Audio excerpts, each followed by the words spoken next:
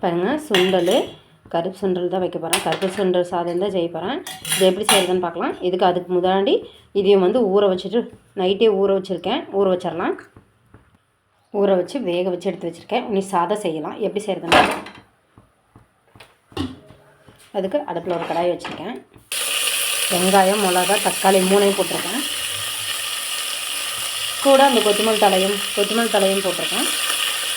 ஒரு கொத்து கருவேப்பிலை போட்டிருக்கேன்.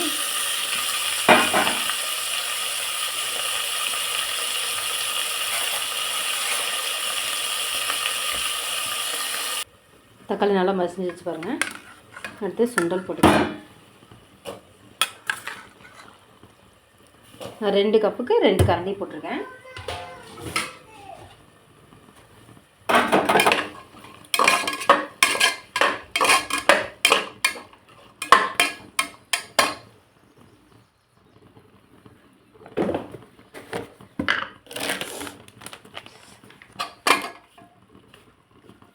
சாம்பார் பொடி கொஞ்சம் போட்டுக்கலாம்.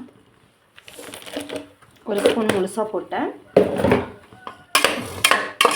நம்ம சீரகம் மிளகெல்லாம் எதுவும் போட போகிறதில்ல. இஞ்சி பூண்டு பெருங்காயம் மட்டும் போட்டிருக்கோம். அதோடு சாம்பார் பொடி போட்டிருக்கேன். இது நல்லா அந்த மசாலா சுண்டல் ஏறட்டும். நம்ம தண்ணி ஊற்றிடலாம். 1 கப் தண்ணி ஊற்றிருக்கேன்.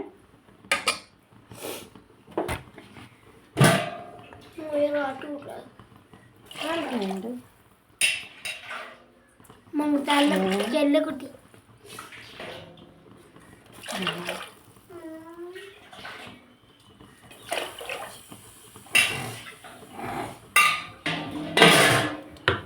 நல்லா கொதி வரட்டும், பார்க்கலாம். அரிசி போட்டுடலாம்.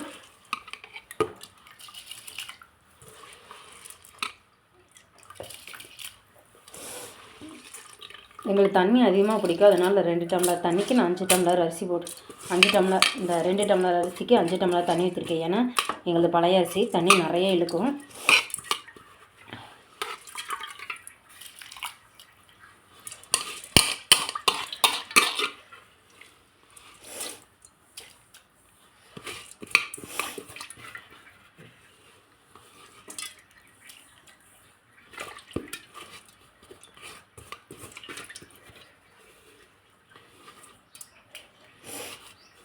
சுண்டல் வேக வைக்கும்போது உப்பு போட்டிருந்தீங்கன்னா பார்த்து போட்டு வச்சுக்கோங்க. இல்லைன்னா உப்பு கசக்கும்.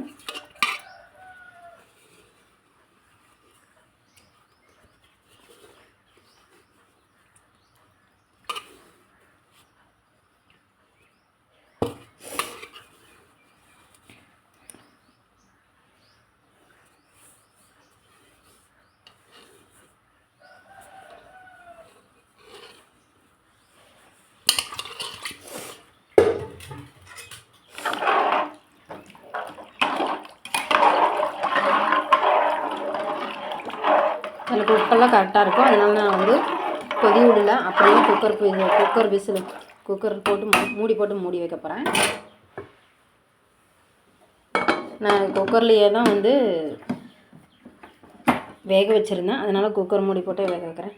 விசில் விட்றேன். குக்கர் விசில் போட்டாச்சு. இனி பார்க்கலாம் விசில் வந்ததுக்கப்புறம். பாருங்கள், இப்போ திறக்கலாம். எப்படி இருக்குதுன்னு பார்க்கலாம்.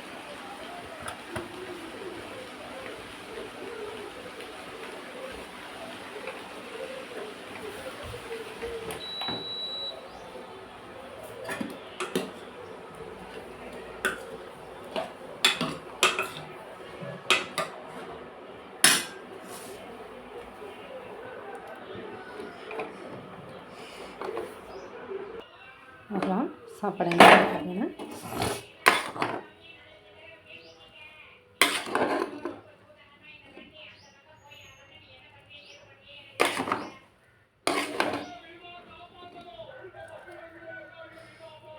பாருங்கள் தண்ணி அதிகமாக ஊற்றினால ஆனால் எந்த அளவுக்கு வருதுன்னு.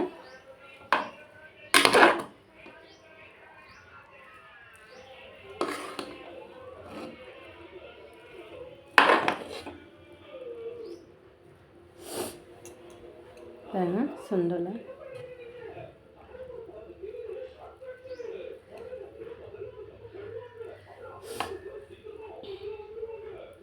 இது போல் நீங்களும் செஞ்சு பார்த்துட்டு எப்படின்னு சொல்லி லைக் பண்ணுங்கள், ஷேர் பண்ணுங்கள், சப்ஸ்கிரைப் பண்ணுங்கள், கூடவே இருக்க பெல் பட்டனை கிளிக் பண்ணுங்கள். இந்த மாதிரி ஒரு தடவை செஞ்சு பார்த்துட்டிங்கன்னா குழந்தைங்க விரும்பி சாப்பிடுவாங்க.